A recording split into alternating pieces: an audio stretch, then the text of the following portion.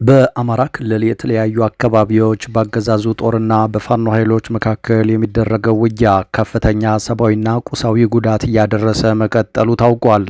ፋኖ በተከታታይ ያገዛዙ ወታደራዊ ካምፖችን ጭምር በማጥቃት ከባድ ጉዳት ማድረሱ ሲገለጽ ያገዛዙ ጦር የምስራቅ እዝ ዋና አዛዥ ሌትናንት ጀነራል መሐመድ ተሰማ በበኩላቸው ደግሞ ጽንፈኛው ቡድን ተመቶ መቆምም መዋጋትም የማይችልበት ደረጃ ላይ ደርሷል ሲሉ መናገራቸው ተሰምተዋል።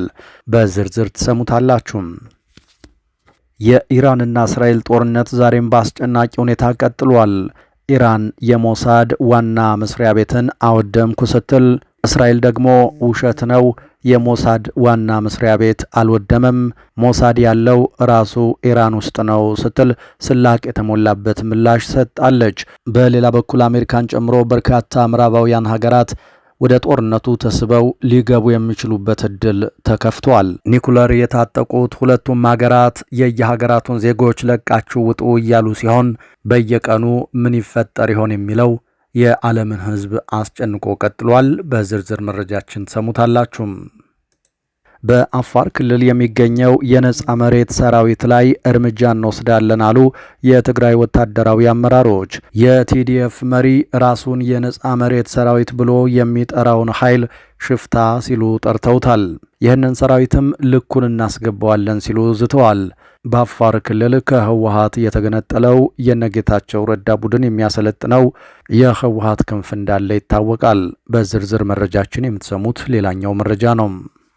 በደብረ ብርሃን ከተማ በሚገኘው ደብረ ሆላንድ ዘመናዊ የዶሮ እርባታ ድርጅት ውስጥ ከሰሞኑ አስደንጋጭ ክስተት ተሰምቷል። የኢንቨስትመንት መዳረሻ በሆነችው ደብረ ብርሃን ከተማ የሚገኘው ደብረ ሆላንድ ዘመናዊ የዶሮ እርባታ ለከተማዋ ኗሪ እንዲሁም ለመላው ሀገሪቱ ከፍተኛ አስተዋጽኦ እያበረከቱ ካሉ ድርጅቶች አንዱ ነው። ታዲያ በዚህ ድርጅት አንድ አስደንጋጭ የሆነ ክስተት መሰማቱ ነው የተነገረው። በዝርዝር ተሰሙታላችሁ። ሰላም ጤና ይስጥልን። በመላው የዓለም ክፍል የምትገኙ ክቡራትና ክቡራን የኢትዮስ ሚዲያ ቤተሰቦች እንደምንቆያችሁ፣ እነሆ ከተለያዩ ታማኝ መረጃ ምንጮች የደረሱንን አዳዲስ መረጃዎች ይዘን ቀርበናል። ለቻናላችን አዲስ የሆናችሁ ካላችሁ ሰብስክራይብ አድርጉ፣ ቪዲዮውንም ላይክና ሼር በማድረግ ጀምሩ። በቀጥታ ወደ መረጃዎቹ አለፍን። እስከ መጨረሻው ተከታተሉን። በአማራ ክልል የተለያዩ አካባቢዎች በአገዛዙ ጦርና በፋኖ ኃይሎች መካከል የሚደረገው ውጊያ ዛሬም ከፍተኛ ሰብአዊና ቁሳዊ ጉዳት እያደረሰ ቀጥሏል። ፋኖ በተከታታይ ያገዛዙ ወታደራዊ ካምፖችን ጭምር በማጥቃት ከባድ ውጊያ ማድረጉን ሲገልጽ ያገዛዙ ጦር የምስራቅ እዝ ዋና አዛዥ ሌትናንት ጀነራል መሐመድ ተሰማ በበኩላቸው ጽንፈኛው ቡድን ተመቶ ቆሞ መዋጋት የማይችልበት ደረጃ ላይ ደርሷል ሲሉ ተናግረዋል። በክልሉ ላለፉት 2 ዓመታት ያገዛዙ ጦር የከፈተው ጦርነት ከፍተኛ ሰብአዊና ቁሳዊ ጉዳት እያደረሰ የቀጠለ ሲሆን ትናንትናና ዛሬ በተደረጉ ውጊያዎችም ያገዛዙ ፖሊስ መኮንንን ጨምሮ በርካቶች ሲገደሉ ወታደራዊ ትጥቆችና የሰራዊቱ አባላት በፋኖ ኃይሎች መያዛቸው ታውቋል።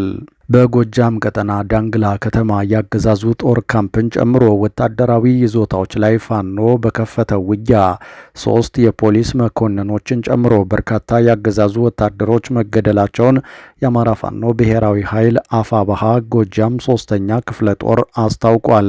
ከአፋባሃ ጎጃም ቀጠና 1ኛ፣ 3ኛና 5ኛ ክፍለ ጦሮች የተውጣጣ አሃድ በቅንጅት በከፈተው ውጊያ ነው ከፍተኛ ድል አድርገናል ሲል አፋባሃ ያስታወቀው። በውጊያው በተለይም ያገዛዙ የአድማ ብተና ፖሊስ እና ሚሊሻ አባላት ከፍተኛ ጉዳት ደርሶባቸዋል የተባለው። ከአባላት በተጨማሪ በዳንግላ ኃላፊ ሆነው ሲሰሩ የነበሩት የፖሊስ መኮንኖች የሆኑት ኢንስፔክተር ያለው፣ ኢንስፔክተር ወርቅነህና አቶ አይሸሽም ቄሴ ፋኖ በከፈተው ውጊያ ከተገደሉት መካከል ናቸው ተብሏል። ዳንግላ በነበረው ውጊያ 39 የቡድንና የነፍስ ወከፍ መሳሪያዎች ከአገዛዙ ጦር መማረኩን በመግለጽ ይህ የመሳሪያ ምርኮ ምን ያህል በውጊያ ያገዛዙ ወታደሮች እንደተገደሉ የሚያሳይ ነው በማለት አንድ የአፋባሃ ጎጃም 3ኛ ክፍለ ጦር አመራር ተናግረዋል። በተመሳሳይ በምዕራብ ጎጃም ዞን ፍኖተ ሰላምና ሰከላ አካባቢዎች እንዲሁም በአዊ ዞን አዲስ ቅዳም ቀጠና ሰብአዊና ቁሳዊ ጉዳት የተመዘገበባቸው ውጊያዎች መደረጋቸውን የመረጃ ምንጮች ተናግረዋል። በሌላ በኩል በዛሬው ዕለት በማዕከላዊ ጎንደር ዞን ማንጦራ የተባለ አካባቢ በከባድ መሳሪያ የታገዘ ውጊያ መቀስቀሱን የፋኖ የመረጃ ምንጮች አረጋግጠዋል። ውጊያው ይህ ዘገባ እስከተጠናቀረበት ጊዜ ድረስ የቀጠለ በመሆኑ ዝርዝር የደረሰውን ጉዳት ማወቅ አለመቻሉን የተናገሩት የመረጃ ምንጮች በውጊያው አገዛዙ ዙ 23ን ጨምሮ ከባድ መሳሪያዎችን እየተጠቀመ በንጹሐን ንብረት ላይ ጉዳት እያደረሰ ይገኛል ብለዋል። በተያያዘም በሰሜን ወሎ ዞን መቄት ወረዳ የፋኖ ኃይሎች ገረገራ ከተማን መቆጣጠራቸውን ነዋሪዎች ተናግረዋል። ከሁለት ቀናት በፊት የወረዳው የሚሊሻ ጽሕፈት ቤት ኃላፊን ጨምሮ በርካታ የሚሊሻ አባላት ወደ ፋኖ መቀላቀላቸውን ተከትሎ በብልጽግና የአካባቢው አመራሮች ዘንድ ድንጋጤ ተፈጥሮ እንደቆየ መዘገባችን የሚታወስ ሲሆን ፋኖ ዛሬ ማለዳ ወደ ገረገራ ከተማ መግባቱን ነው ነዋሪዎች ያረጋገጡት። ነዋሪዎቹ አክለውም የፋኖ ኃይሎች ወደ ከተማ ሲገቡ ወታደራዊ ቅኝት የሚያደርጉ ያገዛዙ ጦር አባላት ላይ ተኩስ ከፍተው ጉዳት ደርሷል ተብሏል። በተለይም በሁለት ወታደራዊ ተሽከርካሪዎች ላይ በነበሩ ያገዛዙ ጦር አባላት ላይ በተከፈተ ውጊያ የሞቱትና የቆሰሉት በርካቶች ናቸው ሲሉ ነዋሪዎች ነግረውናል።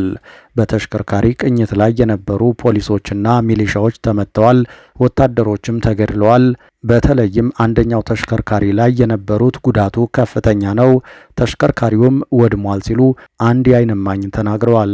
መቄት ወረዳ ገረገራ ከተማ ፋኖ መግባቱን ተከትሎ ፍላቂትና አካባቢው ውጥረት ሰፍኗል ያሉት የመረጃ ምንጮች የአካባቢው የብልጽግና አመራሮች ወደ አገዛዙ ወታደራዊ ካምፕ ታጅበው ገብተዋል ብለዋል።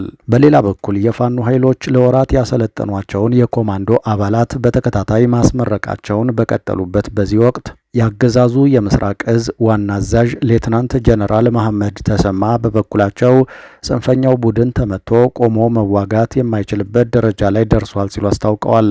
በተከታታይ ቀናት አገዛዙ በጎጃም ወሎና ጎንደር ወታደራዊ ካምፖቹ ጭምር በፋኖ ጥቃት እየተፈጸመባቸው እንደሚገኝ የታወቀ ሲሆን ያገዛዙ ጀነራሎች ግን ዛሬ ፋኖን አጠፋን በሚል ንግግራቸው ቀጥለውበታል። በአማራ ክልል ከደቡብ ጎንደርና ከሁሉም የጎጃም ዞኖች ከተውጣጡ ወታደራዊና የብልጽግና አመራሮች ጋር መወያየታቸውን የገለጹት የምስራቅ እዝ ዋና አዛዥ ሌትናንት ጀነራል መሐመድ ተሰማ ጦራቸው ከክልሉ የጸጥታ ኃይል ጋር ባደረገው የተቀናጀ ስምሪት ጽንፈኛው ቡድን ተመቶ ቆሞ መዋጋት የማይችልበት ደረጃ ላይ አደረስ ነው ሲሉ ተናግረዋል። መሐመድ ተሰማ ጽንፈኛው አሁን ላይ የሰው ኃይሉና የሎጂስቲክ አቅሙ ተዳክሟል፣ አንዳንድ አዋጊዎቹም ተመተውበታል፣ ሌሎቹም እጅ ሰጥተዋል ሲሉ ነው ለሰበሰቧቸው የበታች አመራሮች ሲናገሩ የተደመጡት። ኢራን አሜሪካ ላይ ተኮሰች። የኢራንና የእስራኤል ግጭት እንደተባባሰ ነው። አስታራቂ አጥተው እርስ በርሳቸው እየተታኮሱ ይገኛል። እስራኤልና ኢራን የራሳቸውን ድል እያስታወቁ ይገኛሉ። እስራኤል አሁንም ጥቃቷን ቀጥላበታለች። የእስራኤል መከላከያ ሰራዊት አይዲኤፍ የኢራን የጦርነት ጊዜ ዋና አዛዥ እና ያገዛዙ ከፍተኛ የጦር አዛዦች አንዱ የሆኑትን አሊ ሻልማኒ መግደሉን አስታውቋል።